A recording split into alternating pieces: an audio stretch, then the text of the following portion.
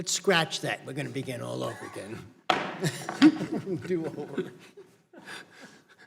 The Subcommittee on Energy and Mineral Resources will come to order.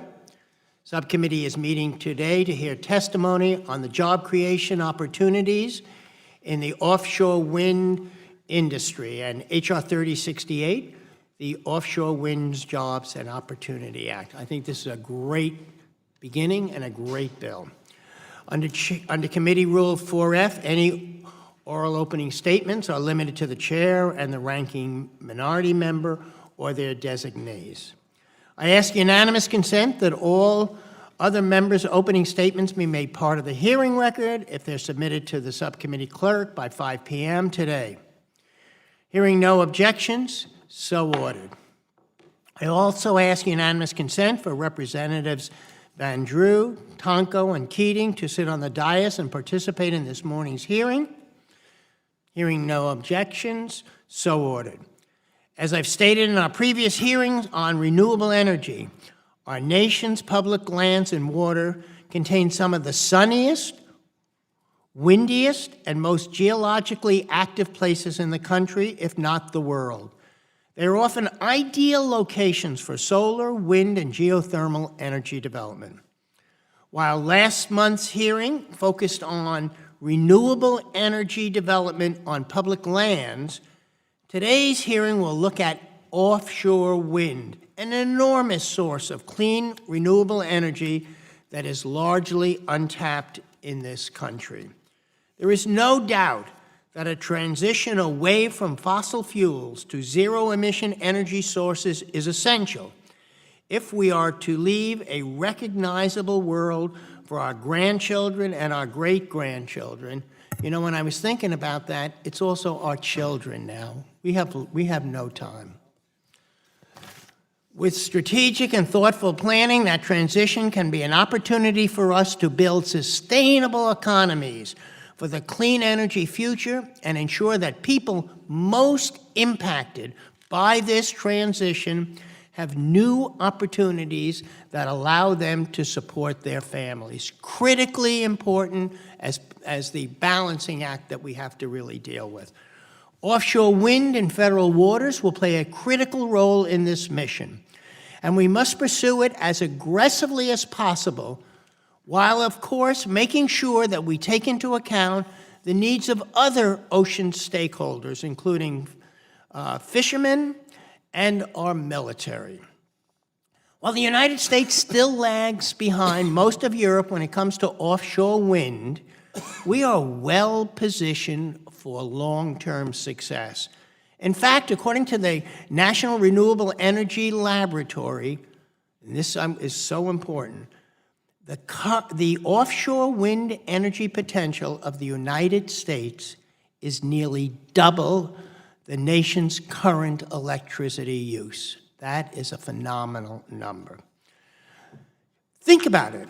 Even when taking into account technology limitations, environmental considerations, and areas that are off limits because of other ocean activities, offshore wind in this country has the potential to produce 2 times the amount of electricity we are currently using today. This is astounding. We cannot afford to let this resource go underdeveloped. Offshore wind is good for our planet, it's good for our economy, and it's good for national security. But as we all know, we need a highly skilled and fully trained workforce to make this energy transition a reality. As I stated at the very first hearing of the year on this subcommittee, we need to support American communities and workers with the same effort and urgency that we need to confront climate change. The Offshore Wind Jobs and Opportunity Act before us today helps meet that goal, and that's why I'm proud to be one of the co-leaders alongside of several of my colleagues, including the sponsor, Mr. Keating.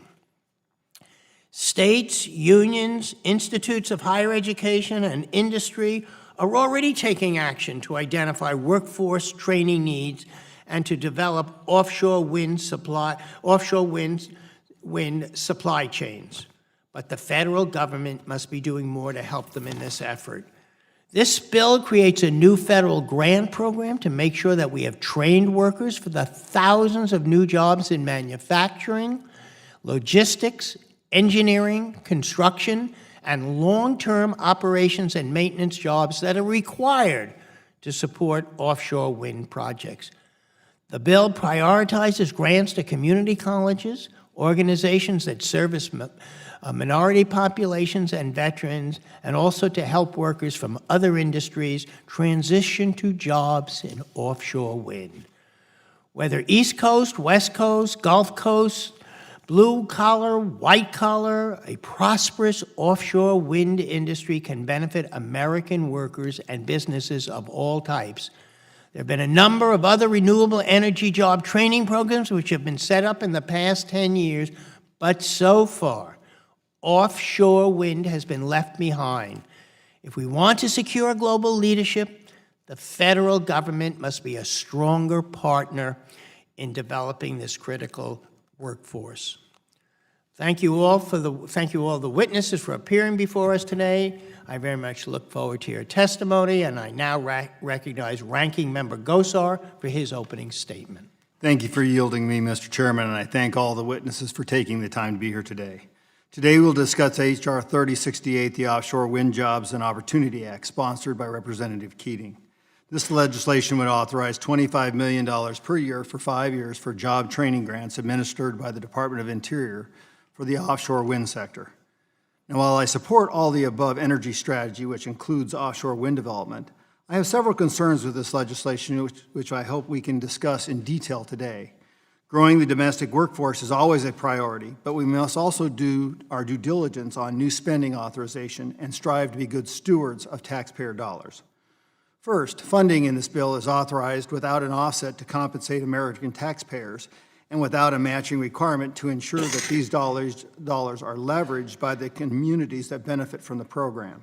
Second, the bill contains 10 different provisions and dozens of activities that taxpayer money can be spent on as a result of this bill. This includes things like teaching English as a second language, implying that many of these jobs won't go to American citizens. The legislation also allows an endless addition of new activities to be added to that list by the Secretary of Interior. This section must be tightened up to ensure that scarce taxpayer dollars are going to actual job training. Now, third, labor unions and colleges are the only two entities that can receive grants under the bill. Now, I recognize labor unions are with us and President Trump on more and more issues these days, but this particular carve-out is worth noting. Finally, the grant priority section included in the bill encourages labor unions and colleges to focus on training particular classes and divisions of people, including people who recently served time in jail or prison. Maybe we ought to concentrate on veterans. This section should be modified as job training programs that utilize federal dollars should avoid picking winners and losers. Instead, federal job training programs should seek to help train the best workforce possible and minimize unnecessary federal mandates.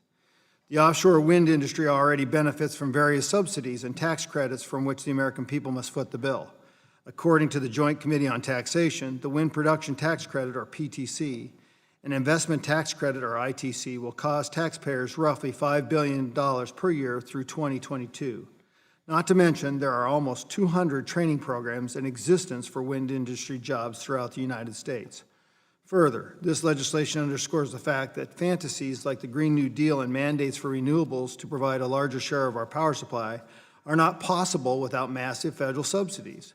If we must pour millions into meeting current wind energy labor requirements, how can we feasibly scale up to 40%, 50%, or even 100% renewable energy in just 10 years? If this committee is serious about growing the share of renewable development on federally owned land and waters, we should be focusing on the real reason companies are hesitant to do business with the federal government: lengthy and costly delays in the leasing and permitting process. If developers had more certainty with regard to how long the permitting process would take and how much it would cost to comply with federal regulations, we might see more onshore and offshore renewable development.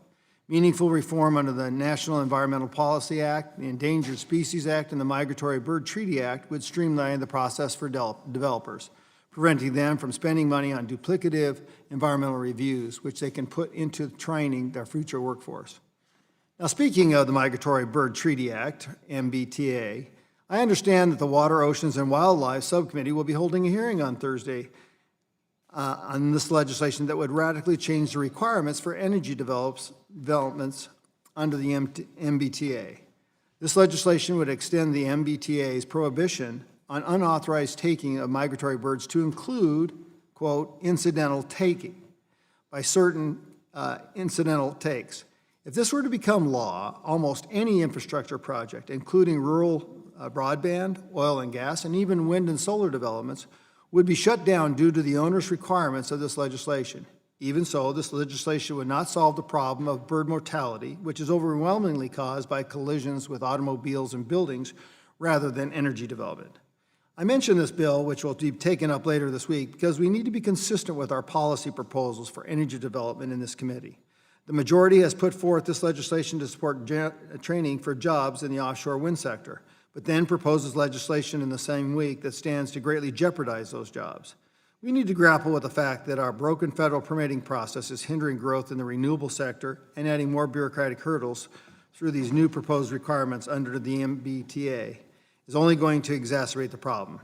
Before moving legislation to allocate more federal funds for wind development, this committee should halt the onslaught of bills that only impose more red tape and take a serious look at real reforms to get government out of the way of responsible energy production.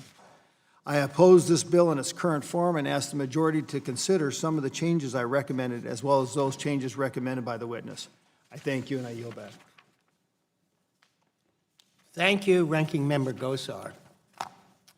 Now I will introduce today's first witness, Congressman Bill Keating. He is the representative for Massachusetts' 9th Congressional District and the sponsor of H.R. 3068, the Offshore Wind Jobs and Opportunity Act. Mr. Keating, you are now recognized for 5 minutes. Thank you, Mr. Chairman, Ranking Member. I want to thank Chairman Lowenthal for calling this important hearing for the future of offshore wind and its workforce development, and for bringing H.R. 3068 forward today. The United States must transition to low-carbon energy sources, and according to the U.S. Department of Energy, American offshore wind, as you mentioned, Mr. Chairman, has a potential to provide more than 2,000 gigawatts of power to the United States consumers and more than double the current electrical needs of the entire United States. A March 2019 report from the University of Delaware's Special Initiative on Offshore Wind indicates that on the East Coast, more than $70 billion will be spent on capital investments in offshore wind over the next decade. These projects are already well underway, and I think the chairman will see some of that work later this week. But massive workforce development will be needed to meet these ambitious construction goals. Modern offshore wind turbines are impressive feats of ingenuity and engineering, continuously incorporating the latest technology to increase efficiency. Developing, erecting, and servicing the offshore wind parks will require hundreds of high-skilled, well-trained workers from the construction, maritime, and electrical sectors. In the near term, this demand means thousands upon thousands of new, well-paying jobs. One study funded by the Department of Energy indicated 8,000 megawatts of new offshore wind capacity by 2030 could yield over 36,000 full-time jobs in the United States. And offshore wind projects continue to climb. As many states continue to boost their clean energy goals, the latest estimates for new offshore wind capacity are exceeding 2 to 3 times that amount. And without a trained, educated workforce in place, these jobs are going to go to other non-renewable energy sectors, and they're going to go out of the country. That's why I introduced H.R. 3068 and thank the chairman for his co-sponsorship, the Offshore Winds and Opportunity Act. It'll help us ensure the workforce that we need to be ready and able to meet increasing demand from the offshore wind industry. This legislation would provide $25 million annually to support universities, community colleges, and other educational institutions as they develop curriculum needed to train the highly skilled workers required by this burgeoning industry. Our experience in southeastern Massachusetts is an important one for the offshore wind industry. Vineyard Wind is about to begin construction on the first industrial-scale offshore wind development in the entire United States, using the city of New Bedford as a base. Vineyard Wind plans to install 800 megawatts of power generation and employ more than 1,700 workers. In New Bedford, many factors have come in together and come into play through the hard work and vision of many to ensure the region's poised to take this leadership role in the offshore wind industry. City, state, and federal partners have done a tremendous amount of work to prepare harbor and transportation infrastructure so it's ready to be utilized by the offshore wind industry for construction. This has been done on a bipartisan basis by the Massachusetts legislature and by its Republican governor. And the region's academic institutions, like University of Massachusetts Dartmouth, have done the important scientific research necessary to work out many of the complicated engineering and environmental issues. With the passage of H.R. 3068, New Bedford, our region, and areas like it across the entire country will be able to leverage federal funding to invest in local job creation and develop the workforce needed to take on these ambitious renewable energy projects, reaping the energy and the economic benefits that come with it along the way. I urge my colleagues to support this forward-thinking bill today, and I urge all of you to move it forward as soon as possible. Thank you for putting this on the agenda today. Hopefully, thank you for moving it forward, and I yield back. Thank you, Representative Keating, for your testimony. You're welcome to join us for the second panel, but you're also free to leave if you have other commitments. We understand that completely. Now, with that, I will introduce today's witnesses.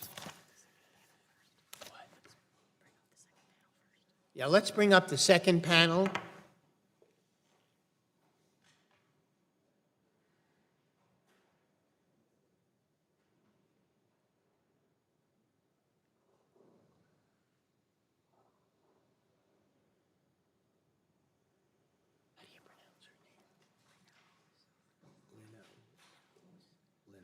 Who knows?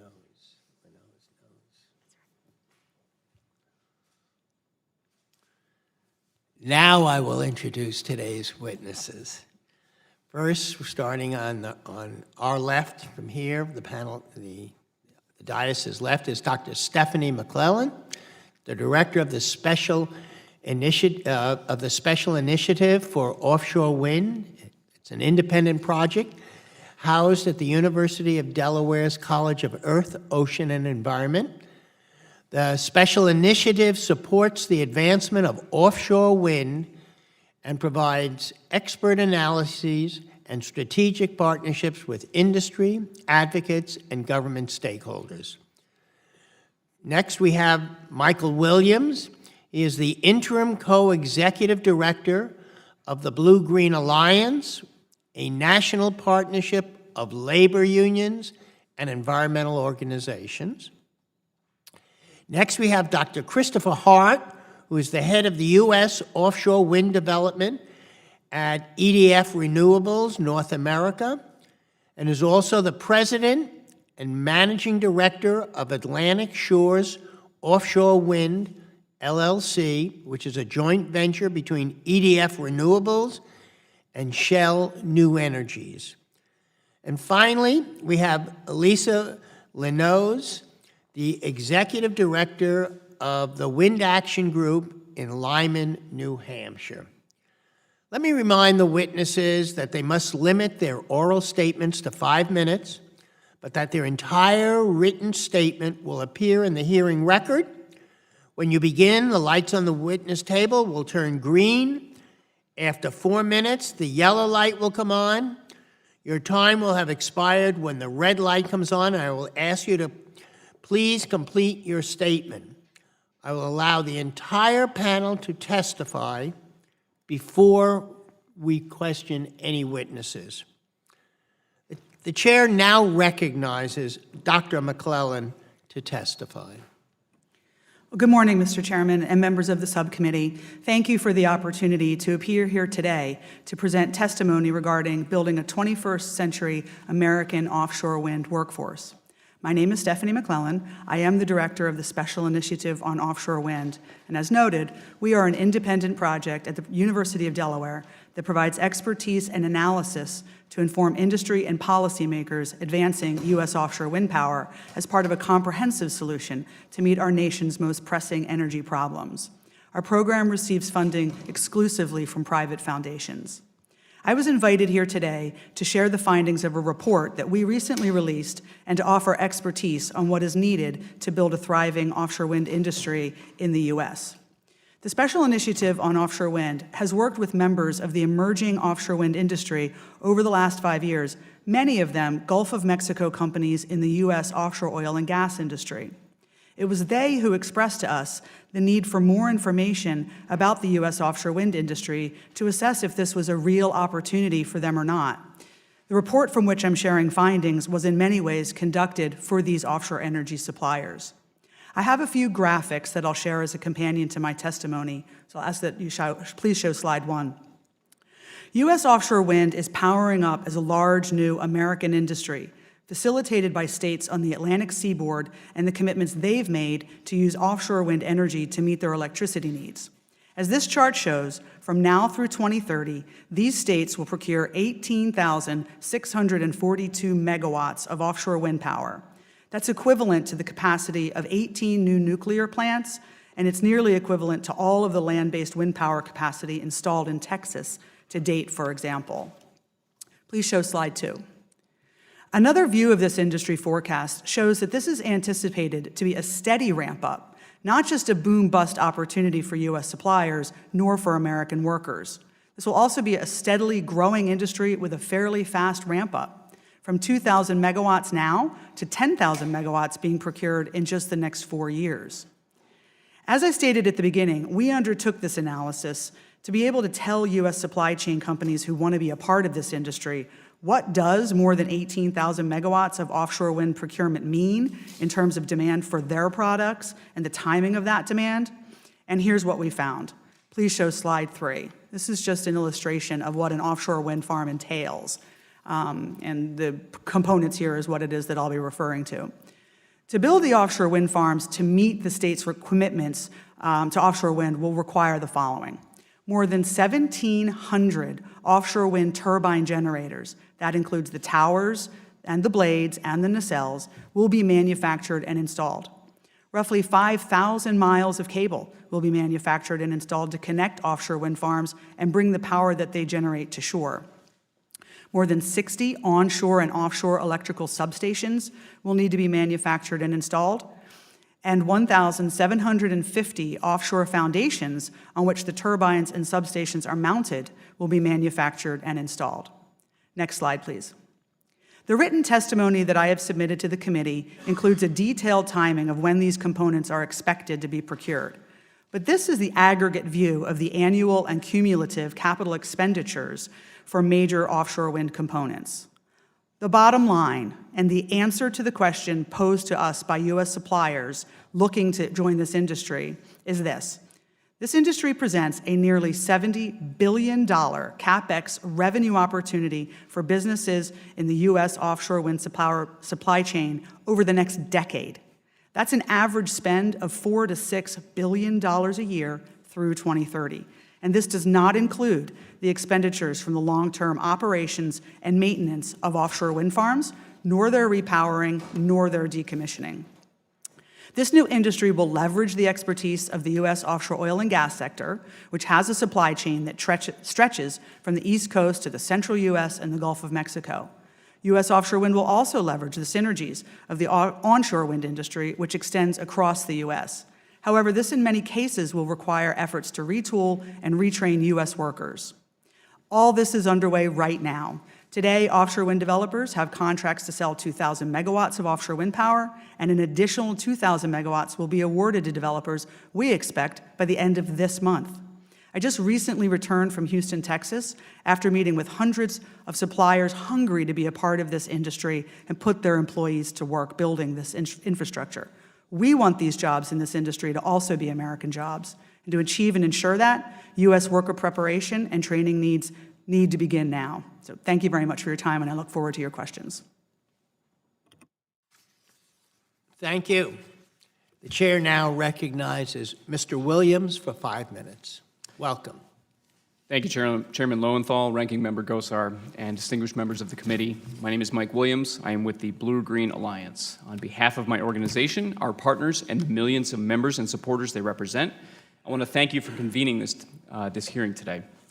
The Blue-Green Alliance unites America's largest labor unions and its most influential environmental organizations to solve today's environmental challenges in ways that create and maintain quality jobs and build a stronger, fairer economy.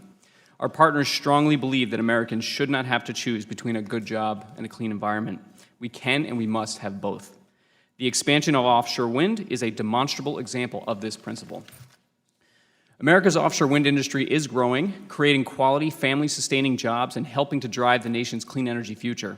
By supporting a wide variety of workforce development strategies targeted at this growing sector, including union training and apprenticeship programs, H.R. 3068, the Offshore Wind Jobs and Opportunity Act, will ensure that workers have the access to training they need to take advantage of this emerging industry. The potential for responsible offshore wind development in the U.S. is substantial. According to the U.S. Department of Energy, if we used even 1% of the nation's technical potential offshore wind capacity, it could power nearly 6.5 million homes.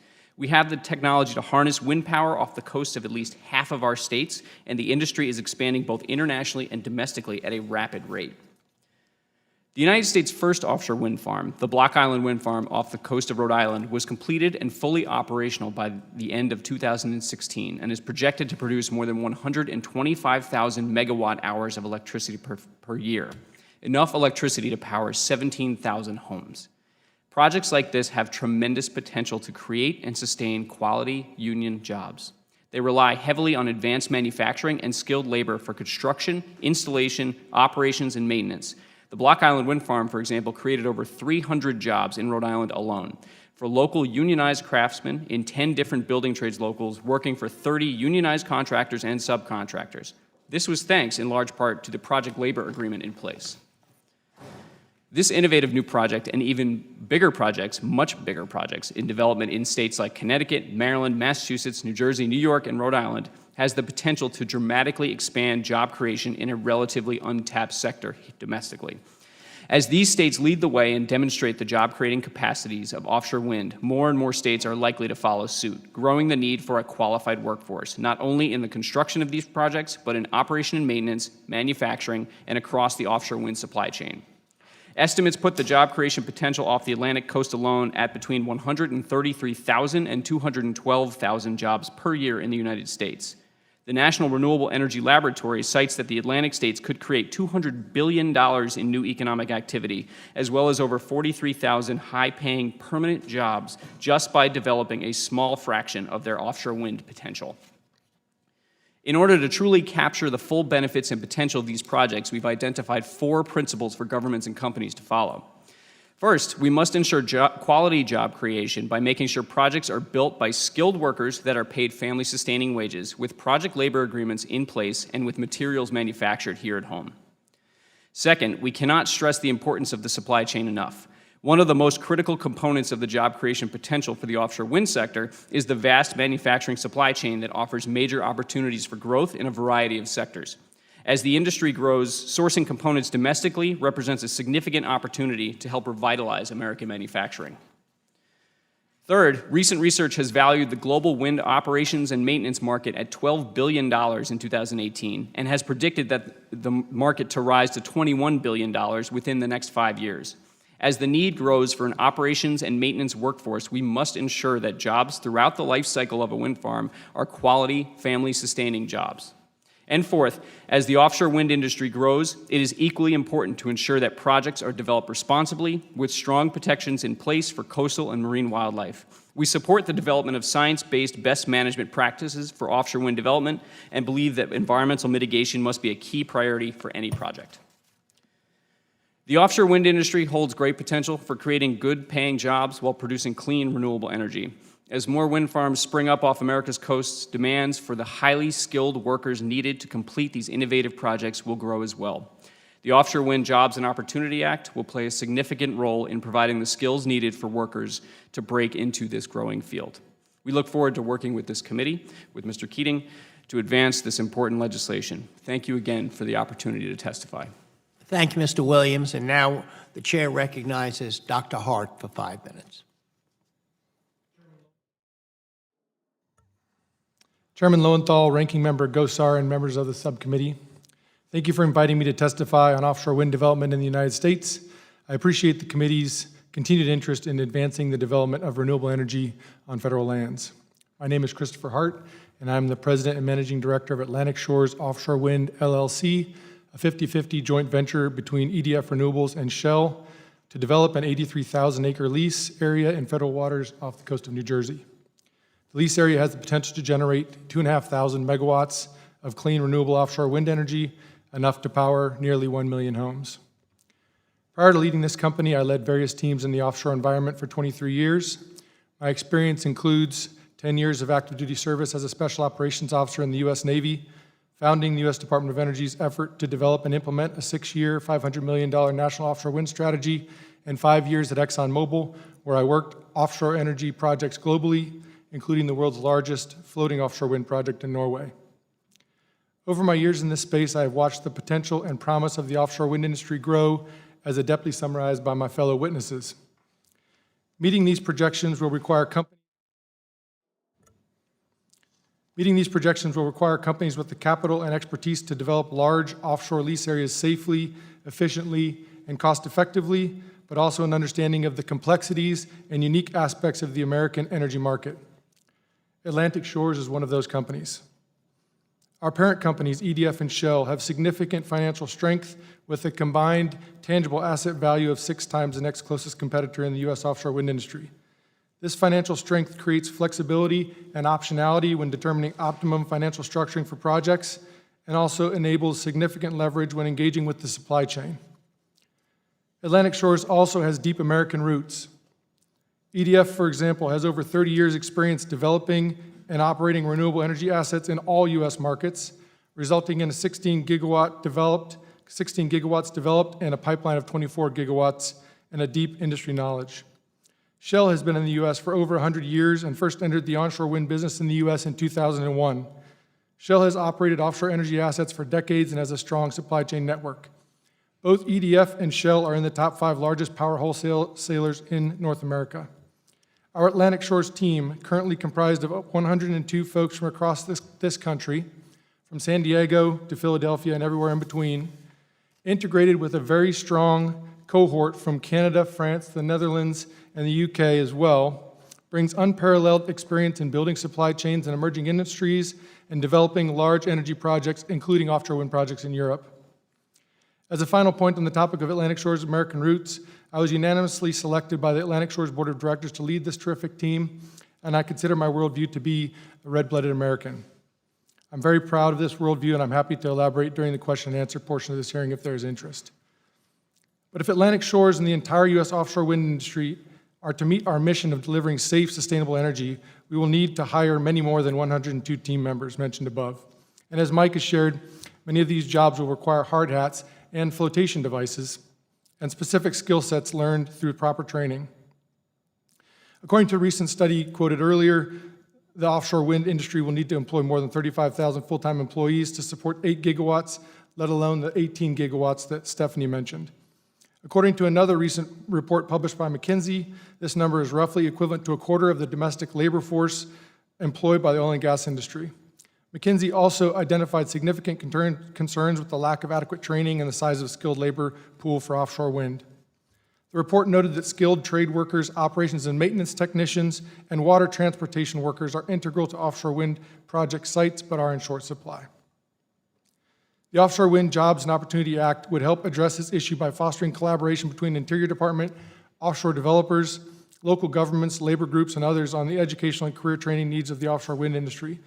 The bill would provide resources for individuals to obtain skills and training necessary to compete in this global industry. Such investments are important for meeting regional offshore wind labor needs and avoiding costly labor shortages. Thank you to this committee for your work to address this issue with your consideration of the Offshore Wind Jobs and Opportunities Act and your support of development of safe, renewable offshore wind energy. I look forward to the opportunity to engage further on this topic and to answering any questions that the committee may have. Thank you. Thank you, Dr. Hart. Now the chair recognizes Ms. Lenoz for 5 minutes. Thank you, Mr. Chairman, Ranking Member Gozar, and honorable members. Thank you for the opportunity to be here today. Offshore wind is generally presented as a new, largely unexplored industry for the United States that promises significant economic opportunity. In fact, we've seen this movie before. For nearly 20 years, attempts were made to build offshore. Cape Wind was first, but there were others.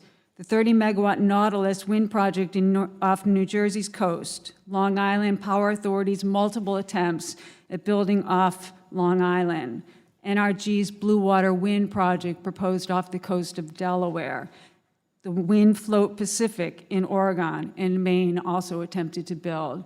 Others also in the Great Lakes that didn't move forward. The one operating facility off Block Island is famous for being the first project built, but it's also famous for being the most expensive energy on the planet.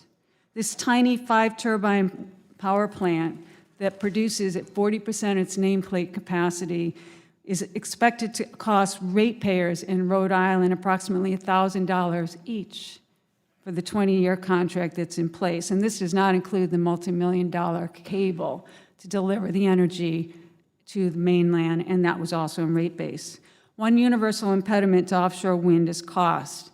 State RPS policies do not ensure sufficient financial incentives for these pricey projects to be built.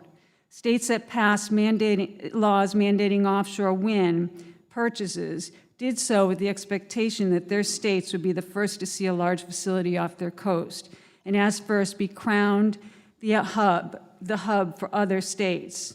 Only one state will win that race. What happens after that is not certain. Before you consider a bill like H.R. 3068, there are several factors to keep in mind. The first is whether the job opportunity is great as we're being reported today and elsewhere. With no large-scale offshore wind projects in operation in the United States, the job count numbers you're hearing are modeled numbers. When someone tells you that a single power plant will produce 4,500 jobs for operations, that's a modeled number. And that person presenting that number owes you a concrete explanation of what that number means. For example, U.S. Wind's 248-megawatt project proposed off the coast of Maryland touts 4,530 jobs during its operational period. After subtracting indirect and induced jobs, the annualized number is a more realistic 28 direct jobs. The second issue is that the states in the private market have already responded to the training need. In the last 6 months or so, Massachusetts, Rhode Island, and Maryland secured $18.5 million in developer money specifically for offshore wind training. Classes are now already being offered. New York State established a $15 million fund to develop, again, offshore wind. And there, as Representative Gozar stated, 195 private training programs are already existing for wind energy that will easily transfer over. Third, the federal money is already pouring into the offshore market. Taxpayers at large are paying significant sums to support the wind energy development in this country, which also includes offshore wind.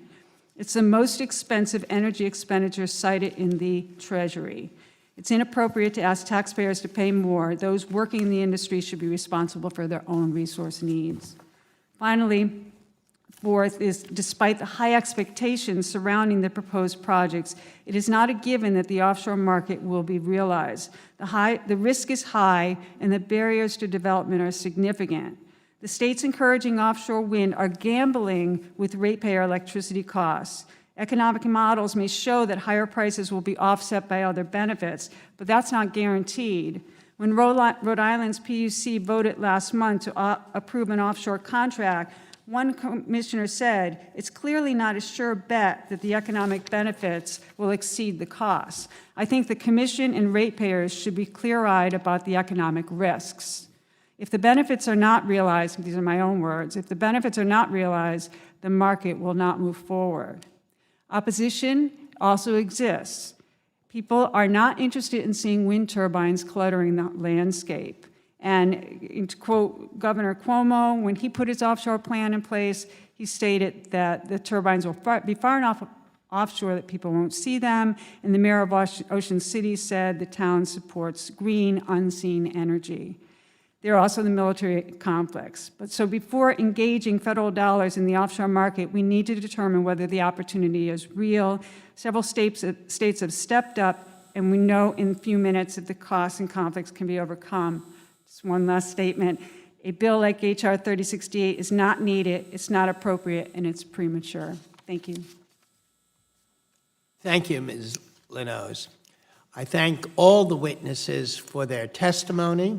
I want to remind members of the committee that Rule 3D imposes a 5-minute limit on questions. The chair is now going to recognize members for any questions they may wish to ask the witnesses. I recognize Representative Levin. Thank you, Chair Lowenthal. Appreciate you holding today's hearing. Thanks to our witnesses. I believe this committee should take every opportunity to focus on the importance of renewable energy development. Renewables are a critical piece of nationwide efforts to reduce greenhouse gas emissions and make electricity more affordable. My colleagues across the aisle often claim that offshore wind will dramatically increase electricity costs for hardworking families and businesses. This just isn't true. I'd like to enter into the record a letter of support for today's legislation from the Consumer Energy Alliance.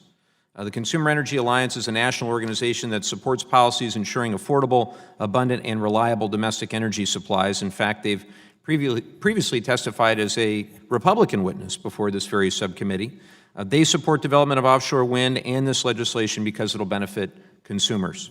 I'd also like to enter into the record a Bloomberg article about electricity costs associated with the Vineyard Wind Farm off the coast of Massachusetts. This project is expected to be the nation's first large-scale offshore wind farm coming online in 2021. Thanks to this new wind farm, electricity bills will go down, and consumers will save up to $1.4 billion over the 20-year life of the project. If offshore wind isn't good for ratepayers, wasn't good, the Trump administration and Republican and Democratic governors up and down the East Coast wouldn't be pursuing aggressive development of this clean energy resource. Offshore wind, when done with the consent of local communities and in an environmentally responsible manner, is good for consumers, good for our economy, and good for our planet. Both of those letters will be accepted without objection. Thank you, Mr. Chairman. Claims that the resource is somehow bad for electricity bills or consumers are just not met with the evidence. With that, I want to turn to my questions, and I want to begin by trying to get something out of the way. In April, our President Trump said, and I quote, "If you have a windmill anywhere near your house, congratulations, your house just went down 75% in value, and they say the noise causes cancer." So please answer yes or no for everyone on the panel. Do you agree that wind turbine noise causes cancer? No. No. No. No. Excellent. I'm glad we can agree on that. And with that out of the way, I'd like to ask serious questions. Ms. McClellan, states like California and New York are setting very aggressive renewable energy targets in order to address climate change. Do you think states like mine and New York can meet their targets without a serious commitment to wind, and particularly offshore wind? Thank you very much for the question. You're absolutely right. States like New York, Massachusetts, New Jersey, California, many coastal states are setting these kinds of large renewable energy targets. For a long time, these states thought that they could meet their renewable energy targets without offshore wind, and that's where we're sort of starting to see this at the second wave as they really start to understand that they will not.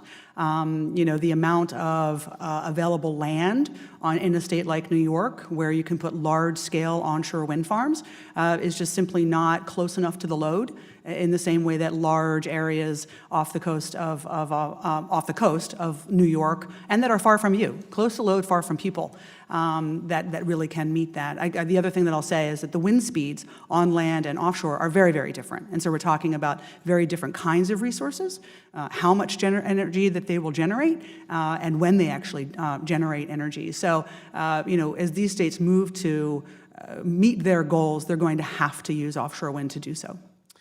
Thank you. And Dr. Hart, I'm particularly interested in the prospects for offshore wind in California, where I'm from.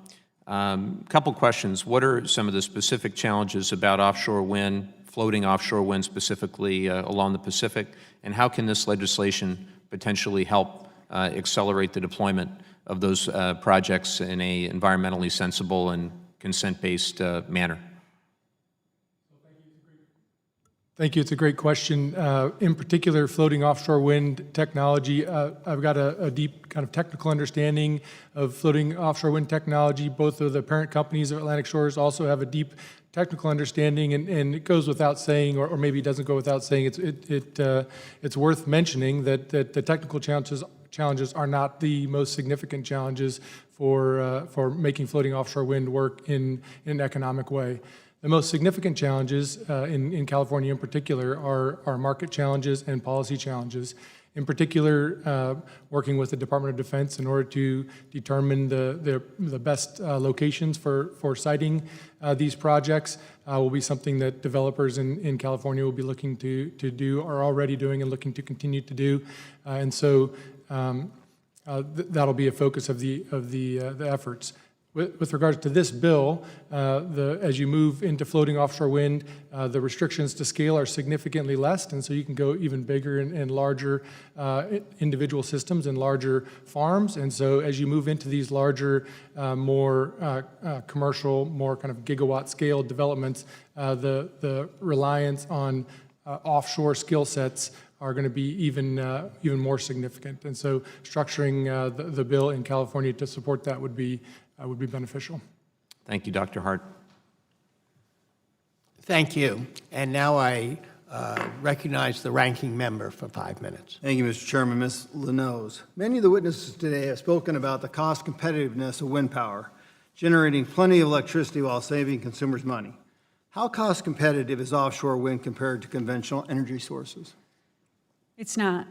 The cheapest contract that's out there right now is the one for Vineyard Wind, and is still twice the cost of electricity in the New England region. And the issue that we have when we hear that wind energy lowers cost, it's dropping the cost of electricity. In fact, the wind energy market, most of the money that's going to these projects are getting in above market contracts, which are going to lock in higher prices. Or in the case of onshore wind, they're getting subsidies outside of the energy market. So there's a significant amount of money that's flowing into the wind energy market that is not potentially not part of the energy price. So it's when you actually look at the price of electricity costs or the cost of wind energy onshore and offshore, it is not competitive. Gotcha. With Now, traditional. several states in the Northeast and elsewhere in the country have recently put renewable energy mandates in place, which is one of the factors contributing to the recent growth of the wind sector. What effect do these mandates have on the local ratepayers? To give you an idea, in New England, the 6 states in New England, the RPS policies are costing upwards of $4 billion a year. Now, in Massachusetts, it's significantly expensive. It's around $1 billion of that. So they are paying a tremendous amount of money for traditional renewable energy. That's before you add in the cost of what offshore will be. So now in your testimony, you discuss a few forms of the subsidies the wind industry currently benefits from. How much money does the taxpayer already spend on these subsidies? And what would happen to the cost of energy for wind farms once these benefits are phased out? Once the production tax credit, as you mentioned, is upwards of $5 billion a year right now, projected out to 2022. For the next 10 years, the Treasury is putting the PTC and the ITC in lieu of PTC as the most expensive energy expenditure of the federal government. When these phase out, the projects will stop being built. We're fully expecting that when the PTC, which expires at the end of this year, that the wind industry, once the pipeline of existing onshore onshore projects is built, there will be much less development. Now, what kind of government grants already are available for offshore wind training programs specifically? To be honest, I'm not sure what's available in the form of federally funded, but there are the money that I mentioned in terms of the $18.5 million set aside in the Massachusetts, Rhode Island, and also Maryland. That money is going to go towards the training of these offshore, as well as $15 million in New York. The question is, how many jobs do we have to train? We don't have these projects built yet. And the projects are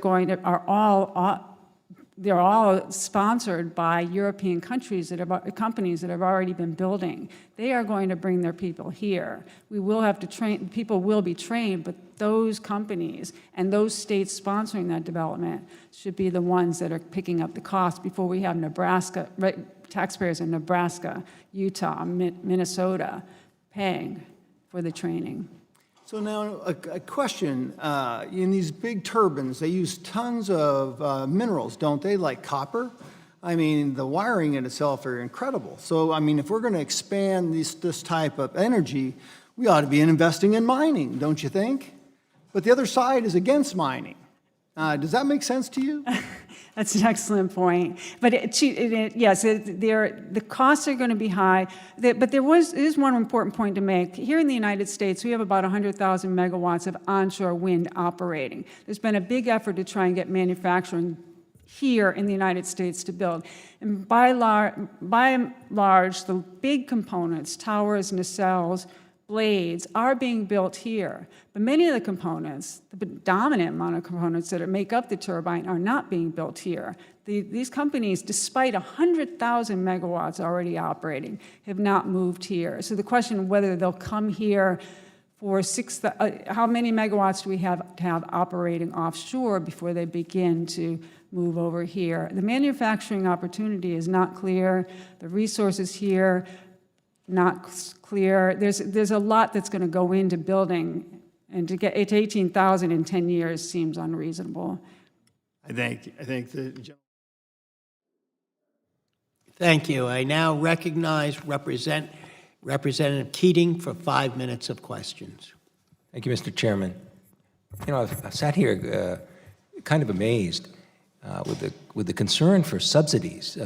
Do any of you have any idea how much we're subsidizing the fossil fuel industry? I've heard figures up to $26 billion a year, and you're arguing about a $25 million bill here. Are we subsidizing and giving breaks to fossil fuels? And are they anywhere proportionally close to what we're talking about here? Mr. Williams, do you have any? I mean, is it even close? No. How come there's been no discussion on that? I'll tell you this. It's going to work where we are, and we're quite excited about it. Part of the reason it's going to work, number one, we're fortunate in the southeastern Massachusetts by nature to have the high-velocity winds there, which are a given. But we also have the Center for Science and Marine Technology at University of Massachusetts in that region. We already have Woods Hole Oceanographic Institute in that region. We have 2 community colleges, and we have private sector investment and the investment of the state, and as I mentioned, in a bipartisan sense in the state, and private there. So you can see why this is moving. But even with all those advantages, and even with it coming on board in 2021, I'm hearing from 3 of the witnesses just the need that's there in terms of education and training. Because if we don't have an educated, trained workforce, we're not going to be able to move ahead effectively. And that's such a small investment in relative terms of what we've been talking about here. And even, our 4th witness said, oh, well, if we're not training them, there's going to be workers coming from other countries here taking those jobs. Well, let's have our own people here in the United States trained and working for those jobs. So can you tell me the importance of that training, number one? And number two, I just want to be sure I get this question in. We're using this money smartly. We're leveraging money here. We're not creating new infrastructures. We're using existing schools, existing institutions, right in my region, there's a labor force training that's done by the IBEW.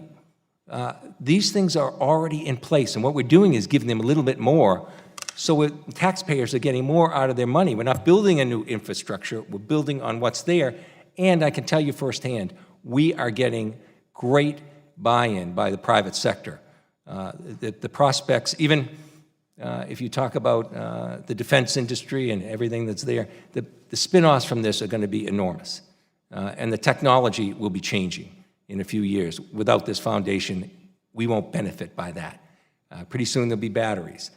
The next generation turbines are going to be 25% bigger, which will help mitigate some of the fishing issues. There's so many things, but what I noticed from the testimony about three witnesses is the urgency I'm hearing from the first three witnesses that could spoke. Can you speak about that urgency, about the leveraging, and how this is cost effective?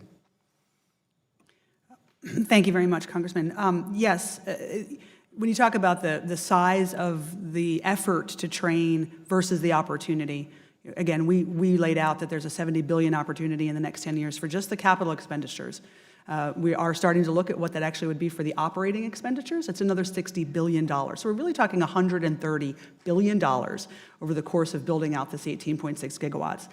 $125 million for worker training is about 0.2% of that as an expenditure to invest in this industry and invest in this opportunity. In terms of leveraging institutions, I think the private sector has really stepped up, certainly on the East Coast. We see announcements day after day of developers and manufacturers that are already, making sure that they're going to have the workforce that's there. And I think the importance of this bill is not just leveraging the institutions, but also diversifying the geography of where worker training is going to happen for this industry. Mostly developers and manufacturers are going to invest in worker training in the states where they're doing business. We want to make sure that our U.S. offshore energy industry, the people who have all of the offshore expertise to build and construct and to maintain and operate infrastructure, participate in this industry. And this is really an opportunity to make sure that we do extend this worker training, that we leverage all of our industries, and that we do so in a way that's frankly a modest investment compared to the opportunity. I agree with everything Dr. McClellan's mentioned. I would just mention one other piece, though. We do have significant amounts of skilled workers in America, and especially up and down the East Coast. You mentioned the IBEW, welders, utility workers, so on and so forth, iron workers, all have great training, great apprenticeship programs. One of the great things about this bill is that it leverages partnerships with folks like those unions, with community colleges, and with the companies, with the private sector in this industry. The partnership element of this is phenomenal, so that we can not worry about filling some sort of mythical gap, but actually reskilling people, utilizing the skilled workers we have. And the other piece I would mention is that Block Island was a small project compared to others, and it created 300 local jobs, people who are Americans who are here. And so that was only about, 25 megawatts of power? And so we're looking at 18,000 megawatts of potential. We already saw that this creates jobs locally. We'll see more. Thank you. The chair now recognizes Mr. Westerman for 5 minutes, and I want to thank you for your attendance at these hearings. You've been a good member. Thank you, Mr. Chairman. Thank you to the, you get a participation trophy. Thank you to the witnesses for your testimony. And Ms. Lanoz, I noticed you were raising your hand earlier wanting to respond about, I think, subsidies for oil and gas. And I'm curious about this because I have some oil and gas production in my district. And if there are subsidies out there, I'm sure that these producers would like to know about those, because I'm not aware of any of them. And actually, I think they, these leases cost them money, and they're sending money to the federal government when they produce oil and gas. Would you like to elaborate on that? Thank you, I would. And it's just a misnomer to claim that the fossil fuel industry is garnering all sorts of subsidies where, that's compared to wind and solar. The fact is, there is no subsidy for energy that is more open-ended than the production tax credit. It's been in place since 1992. It's been repeatedly put back in place each time it expires. When you compare the amount of money that's been going to the wind and solar industry versus fossil fuel on a per megawatt hour basis, it's phenomenal how much wind and solar are getting. And yet we have an industry right now, the wind industry, that is still significantly dependent on the PTC, which is why I say very confidently that when the PTC expires, we're going to see a drop-off in development. So it is very upsetting to hear that statement over and over again. The fossil fuel industry has paid more. Look at what the Treasury claims in terms of expenditures for energy, and you'll see that wind and solar, PTC and ITC, are significantly higher. Thank you for giving me a chance to answer. So that leads into my next question. And offshore wind, I think, is a fantastic idea. It's there's no cost for the energy. The energy's out there, the wind's blowing most all the time. Same thing with solar. So you reduce this cost in fuel that you see with, or eliminate the cost in fuel that you see with other technologies. I'm a big proponent of biofuels and bioenergy, but the problems that I've seen is that the technology hasn't gotten to the point to make these alternative forms of energy cost competitive without some kind of subsidy. I was doing some research. I think the price I saw to produce a kilowatt hour of offshore wind energy without a subsidy somewhere around 21, 22 cents per kilowatt hour. Is that an accurate number? That's actually the starting cost of the Block Island Wind Project, 24 cents a kilowatt hour, going upwards of over 40 cents a kilowatt hour. Extraordinarily expensive. And it's going to be lower for the Vineyard Wind, but a lot of people are skeptical, regardless of what people are saying in terms of offshore wind and the build out. People are skeptical whether or not Vineyard Wind is going to be able to come in at the price they're saying, right? Even though you have no fuel cost, the energy's free, the capital investment and being able to amortize that investment and get a payout for it over time, you have to raise those costs up. Same problem I've seen with biofuels. And I think we need to be doing more research on how to make these technologies more cost-effective. Let's just go down the panel. Where are we at on research on getting the cost down on the capital equipment and being able to generate electricity at a much lower cost per kilowatt hour without the subsidy? Because I know you put the subsidy in there, and yeah, it becomes a great investment because that's the bottom line number you're looking for. According to Bloomberg New Energy Finance, the cost of producing offshore wind, the levelized cost of producing offshore wind, dropped 50% between 2015 and 2017. They expect another additional 40% decrease by 2040.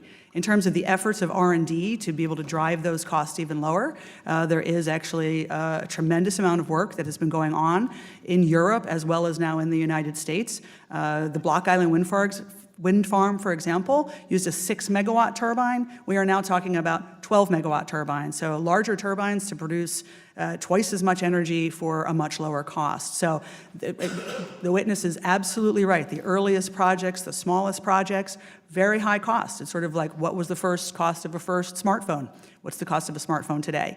So these are rapidly and steeply decreasing costs that, frankly, the earliest proposed projects just don't even hold a candle to. And that's why they didn't get built. Those are things that ratepayers would not bear, and the representatives that represent them also would not bear. But that's not where we are today. Maybe just one additional point on the cost topic. You know, when I first got into the offshore wind industry in 2009, 2010, those two $20, $24, 20 cents, 24 cents a kilowatt hour numbers were floating around. You're seeing significantly less than that now. This is something that our team is working on every day in order to understand exactly what drives that. And we, in our experience, would exactly echo the numbers that are coming from the research as well, that we think that the technology is deployable and we'll continue to see the costs go down over time. Thank you. I just worry if we subsidize poor technology, we will keep poor technology. So hopefully the research and development will surpass where we're at today. Thank you. I now recognize Representative Tonko for 5 minutes of questions. Thank you, Mr. Chairman. As the urgency of climate change continues to increase, we need to transition our economy rapidly by deploying clean and renewable energy. Offshore wind is critical to those efforts. We have the opportunity to grow a domestic industry and supply chain, create jobs, and generate clean electricity with a high capacity factor. New York State, my home state's 2017 offshore wind master plan estimated that some 2.4 gigawatts of offshore wind energy could support nearly 5,000 new jobs in the offshore wind industry. Earlier this year, New York increased its goal pretty much 4 times worth to 9 gigawatts by the year 2035, which would power approximately 6 million homes in our state. I'm proud of New York's leadership in trying to find sustainable and clean energy sources as we work to mitigate climate pollution. So, Dr. McClellan, do you believe that New York's 9 gigawatt goal is a possible goal? I do. It's 9 gigawatts between now and 2035. They have challenges ahead of them. They have done, I would say NYSERDA, frankly, has done some of the best work in this country as it relates to thorough and effective planning for offshore wind development. They are taking it slow. They are doing the right things, and with the investments and the public-private partnerships that they have with industry, they are going to be successful in our view. Having led NYSERDA before I came here, I'm very happy to hear your response. What do you think needs to be done in order to achieve it? Well, I think that, there are 3 things that are really facing them right now. Number 1 is the localization of the supply chain. To make sure that this is an American industry, to make sure that we do deliver projects at the lowest cost, we do need to see more and more localized supply chain in the United States. And New York is the epicenter right now of the market. And so, obviously they're looking to see the localization there. I would say, secondly, there are certainly, critical issues related to transmission. Again, they are being very, very thoughtful about that. They are undertaking the efforts to make sure they can figure out how to most cost effectively and most efficiently deliver that power that's generated into shore. And I would say that really the third thing is there was reference earlier to the coexisting users of the ocean, and to making sure that that this is an industry that not only coexists but also continues to support those existing industries. NYSERDA's master plan that they have done, and with all of the backing of the government there, has really put them on the path to ensuring that they succeed in all 3 of those areas. Thank you. And what about a workforce that needs to be developed? Is that a concern to have the skilled and local workforce necessary in order to ensure that ambitious goal?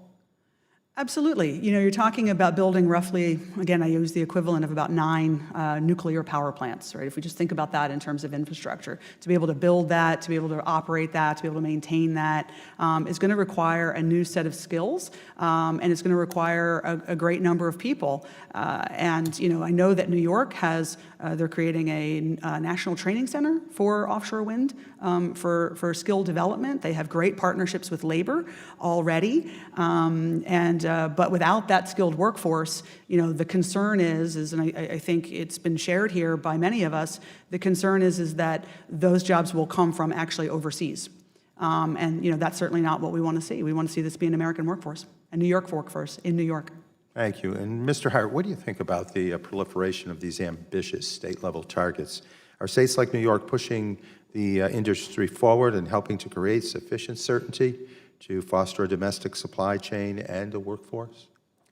Absolutely. The 2 big drivers for a developer like Atlantic Shores to select an area for development are really the resource and the market. And so the ambitious target that New York has promulgated is absolutely an indicator that this is a world-class market, and that developers such as ours should be participating in that market. You've had a very diverse career in the energy industry, and managing a partnership with Shell and EDF Renewables. Why would an oil major like Shell be interested in partnering to build offshore wind projects? That's a great question. When I was at the Department of Energy, one of the things that was abundantly clear was the need for scale in order to enable offshore wind to meet its projections and its potential.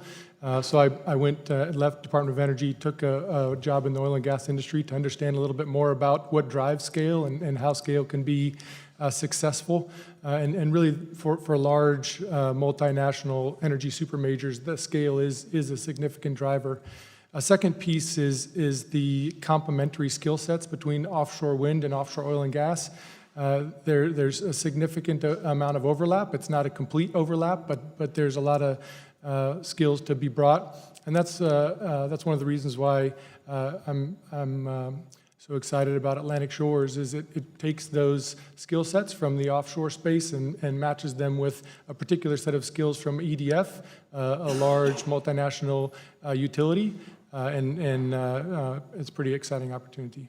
Well, thank you very much. I've exhausted my time. I had questions for Mr. Williams about the union efforts that we need to ensure in building up our workforce, but I'll get those to you in writing, and with that, I yield back. Thank you, Mr. Chair. Thank you. And now I turn to Representative Hearn for 5 minutes of question. Thank you, Mr. Chairman. I'd like to acknowledge the reason I was late was because I was at a budget hearing and we were talking about the cost of climate change and the Green New Deal, something that just permeates every committee that we're working on today. And Today we're talking about wind. But it's part of getting rid of fossil fuels, though. Wouldn't you acknowledge that, Mr. Chairman? We're talking about great opportunities today. Yeah, well, and just like that, it's about redistributing taxpayer dollars to offset fossil fuels, to get rid of fossil fuels. And again, you know, while there's not a large amount of offshore wind projects in Oklahoma, the last time I checked, it's still important to be acknowledging the fact that, you know, we support all kinds of energy. We have all kinds of energy on our grid, and we have a lot of onshore wind projects. But however, this bill is just a bill to expand the energy initiative. This bill is a $125 million taxpayer payday for labor unions, the groups which most support my colleagues on the other side of the aisle, and I certainly acknowledge that. And private industry, which most benefits from these types of job training programs, should be funding these initiatives, not the American taxpayers. If these, as you acknowledge, have been around a long time, and everything gets to innovate a lot faster if it has other people's monies to do so. And so, you know, at some point in time, it has to be sustainable on its own merits. Ms. Lenoz, as the executive director of Wind Action Group, you have a great deal of expertise in these issues, and from reading your testimony, it's clear that you are familiar with the specifics of this bill. Yes. And something I'd like to ask you now, does this bill include some sort of industry or institutional match on the taxpayer-provided funds that it authorizes? Not that I could tell. So it's just a straight give money and then just keep coming back every year asking for more. So we're just asking the American taxpayers to spend $125 million to fund ongoing training programs, whatever it works, the trades to do this without, and just have a nice payday, I guess is what we're saying. That is exactly what we're saying. To further emphasize this point, I'd like to look at how funds are prioritized in this bill. Ms. Lenoz, does this bill give priority to schools which partner with the labor unions? It appears to. Isn't that convenient? So under this bill, we clearly see where my colleagues' priorities lie. Not only do they want taxpayer money to send money to labor unions, they also want to send it, or earmark it, if you will, these funds to ensure that the money goes directly to these groups through their training programs. Yes. Additionally, I'd like to address the necessity or lack thereof of the training programs authorized by this bill, as some of my colleagues seem to think there is a dire need for these programs. Ms. Lenoz, how many wind training programs are there currently listed in this country? From what I could tell, there are 195. That's actually a number that's put up by the federal government. And do you feel that we need the taxpayers to help provide more programs than are currently being provided? I mean, 190 seems like a lot. Do we need more? No, we don't need any more. And then when you consider the offshore requirements in terms of turbine, there's manufacturing, a maintenance of turbines and building of turbines, but there's also the offshore oil and gas industry. Nichols State University has programs for training people to work offshore. Those two combined efforts will come together on offshore if the market is realized. I'm not sure that it will be realized, but they will act, they will respond. If the money is there, not public money, if the industry is there, the opportunity for training programs will grow on its own. So what I'm hearing and reading the testimony, that if the $125 million is not given, then the industry as we know it will just not be able to survive. That's what we seem to be hearing Yeah, here. so I mean, I disagree with that point, but that's right. Well, that's what it seems to be, is that we would just not have an offshore wind program, that the need is not there enough to support it without having additional taxpayer money. It's clear that there are numerous programs currently listed by the federal government which are more than satisfy the need for the job training, providing that there is not a necessity to place their burden on the taxpayers. Thank you again, Mr. Chairman. I really appreciate it, and I'm going to yield back 30 seconds of my time. Yeah, can I yield my 30 seconds to Mr. Gosar? I think, Ms. Lemos, wind energy, is it baseload? It is not. It's intermittent, right? It is, correct. We've been promised batteries for a long period of time, right? Correct. Dependent upon mining, right? I don't get the correlation. This side doesn't want mining. You can't have batteries without mining. You can't have wind turbines without mining. Correct. Just a fact from the copper state, you know, we'd like to see responsible wind and solar, but we also want to see responsible minerals as well. Thank you. If I could just add, there's a perception out there that wind turbines somehow get built and they're going to create all this clean energy. There's a significant amount of infrastructure and development that has to go on that is relying on fossil fuel to make those turbines, to get those turbines built, transported, and constructed. Thank you. Thank you. Let's follow up on this question, though, to Mr. Hart, and thank you for testifying before our committee today and for your service to our nation as part of the U.S. Navy. I'm going to start with this question of reliability. One of the criticisms we've heard of the wind and energy, and we've heard it here today, is that it's intermittent. We can only generate electricity for the power grid when the wind is blowing. How do you respond to that criticism that wind is unreliable and we should therefore limit expansion of offshore wind? So thank you. In a mature electric grid like what we have here in the United States, the wind only increases variability of the system by a negligible amount. So in Texas, for example, if you have an opportunity to tour the ERCOT facility there, which is the grid operator, it's an impressive facility, and they have significant procedures and processes in place in order to ensure that the variability of the system stays within particular bounds.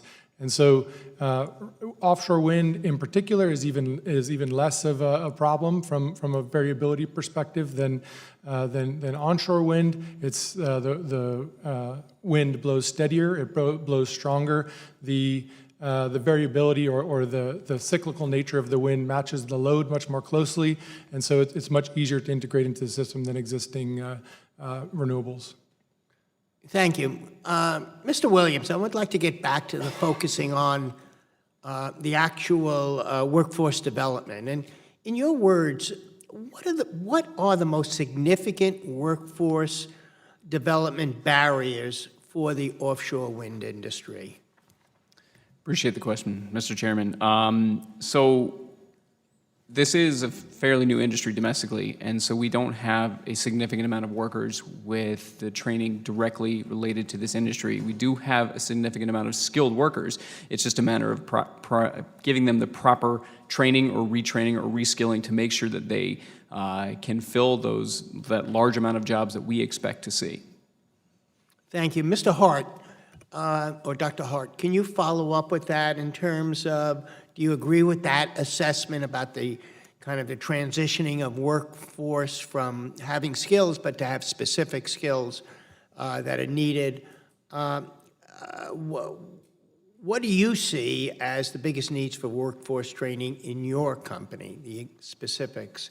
Sure. Our company is in the very early stages of developing our 2.5 gigawatt development in New Jersey, and so we have that 102 person team is made up of part-time and full-time folks across the country and in several countries around the world, like I mentioned. And so largely up to this point, we've drawn from 3 pools of expertise. The first is the onshore renewables industry. The second is the U.S. oil and gas offshore oil and gas industry, and the third is the European offshore wind industry. As we look forward to the growth of the company, as we know there's some pending results coming in both New Jersey and New York in the positive outcome for those for Atlantic Shores. There would be a significant increase in hiring for our company. It would be similar with other companies, and we would look to draw from those same pools of expertise. Thank you. Ms. McClellan, why has the United States lagged so far behind Europe in developing offshore wind?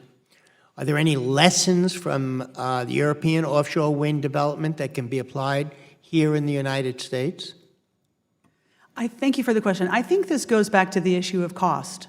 Offshore wind is the youngest form of renewable energy technology, and because of that, as it was ramping up 10 to 15 years ago, it was very high cost.